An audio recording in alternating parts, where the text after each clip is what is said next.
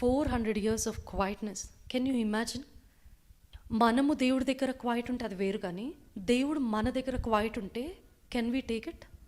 మీరు ప్రార్థన చేస్తూ చేస్తూ చేస్తుంటారు, జవాబు రాదు, అసలు రావట్లేదు.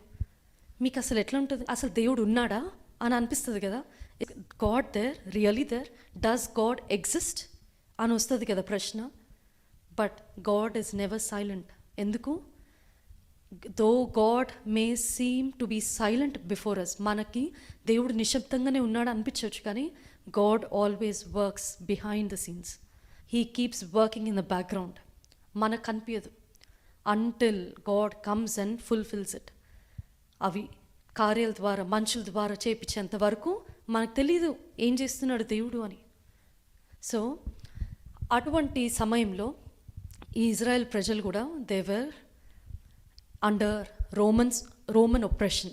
లాస్ట్ ఏసే ఒక పుట్టుక సమయంకి వచ్చేసరికి ఈ Romans they use to take heavy taxes from Israelites, ఒత్తిడి పెట్టడము చేయడం. సో ఇజ్రాయెల్ ప్రజలు they were looking for a messiah. అది కూడా ఇజ్రాయెల్ ప్రజలు మెస్సయ్య వస్తాడంటే ఒక పొలిటికల్ ఫిగర్గా, ఒక రాజుగా, కింగ్లీ ఫిగర్గా, ఒక కింగ్డమ్గా ఆ విధంగా వస్తుంది అని. ఎందుకంటే ఇప్పటికే ఎన్నో కింగ్డమ్స్ వచ్చి వాళ్ళని పరిపాలించి వెళ్ళిపోయి, అట్లా ఇంకో కింగ్డమ్ వచ్చి పరిపాలించి వెళ్ళిపోయారు. అలానే మెస్సయ్య రాజు, ఆయన రాజ్యం రాబోతుంది, ఒక రాజుగా వస్తాడు, మమ్మల్ని విడిపిస్తాడు ఈ ఒత్తిడి నుంచి, మాకు విజయం ఇస్తాడు, మాకు ఈ బాధ వీటన్నిటి నుంచి మమ్మల్ని విడిపిస్తాడు, ఒక పొలిటికల్ ఫిగర్గా మాకు ఒక అండగా ఉంటాడు అని పీపుల్ వేర్ ఎక్స్పెక్టింగ్, యాంటిసిపేటింగ్ అన్నమాట.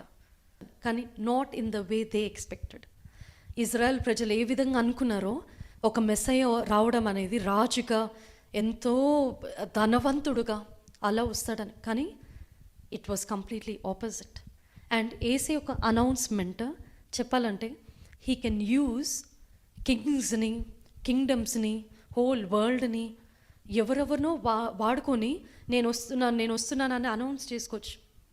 ఒక సామాన్యుడిగా, దీనుడిగా, ఆర్డినరీ మ్యాన్గా. ఆయన పుట్టుక అలానే, ఆయన వచ్చింది కూడా అలానే.